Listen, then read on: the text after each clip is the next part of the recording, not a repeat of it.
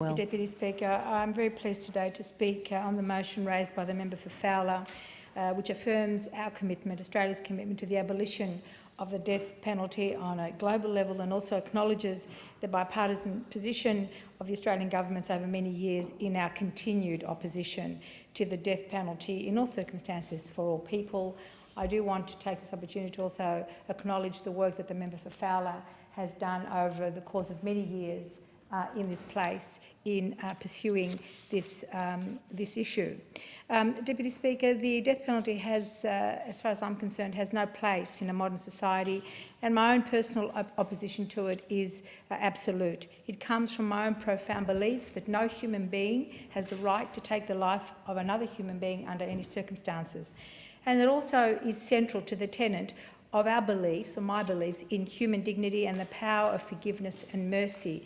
And these are values, Deputy Speaker, that we have seen expressed also by the broader Australian community, and they did so, and it was palpable during the period when we as a nation and as a parliament appealed for clemency to be granted to the two Australians, Andrew Chan and Mayan Sukumaran, and also 10 years previous to that, the effort that was put into appealing for clemency for Van Nguyen, who was executed in Singapore in 2005.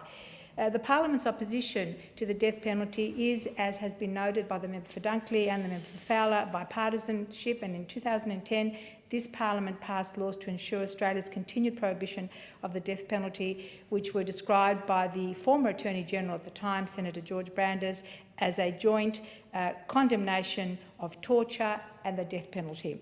Deputy Speaker, over 140 countries have abolished or put in place a moratorium against the death penalty, but many nations, albeit fewer than 40, still impose capital punishment.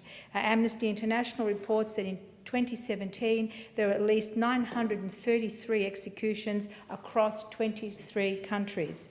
And I do also want to welcome, as my colleagues did, the announcement by the Malaysian government on October 10 that it plans to abolish the death penalty and introduce a moratorium on executions immediately. Deputy Speaker, Australia and other like-minded nations have a collective responsibility to advocate for the abolition of capital punishment, and we must do this very much so, not just globally, but also within our own region, and I'm pleased that we actually lead the way. And as a parliament, we have pursued ways we can advocate for the abolition of the death penalty within our region. Amnesty International estimates that there were at least 21,919 people on death row at the end of 2017. And, Deputy Speaker, the death penalty should never be an option, and there are a whole lot of reasons why it should never be an option, but some of the more obvious ones are, and they've been spoken about many times, are the sheer human error in the legal system. The deliberate miscarriage of justice has been referred to by the member for Dunkley, where governments choose to actually punish people, especially dissidents. In 2016, Amnesty International found that 60 cases where prisoners who had been sentenced to death had actually been found not guilty. The death penalty, Deputy Speaker, cannot be reversed. It is irreversible, and there's no compensation great enough to make up for the erroneous loss of a human life. And there's no denying, Deputy Speaker, that reprehensible conduct must be met with action by our judicial system, but there is no evidence that capital punishment reduces the incidences of crime. Deputy Speaker, I also want to spend a bit of time congratulating and commending the Australian cinemas across our country for screening the film Guilty on World Day Against the Death Penalty. Guilty is a powerful and important film which documents the final 72 hours in the life of Mayan Sukumaran.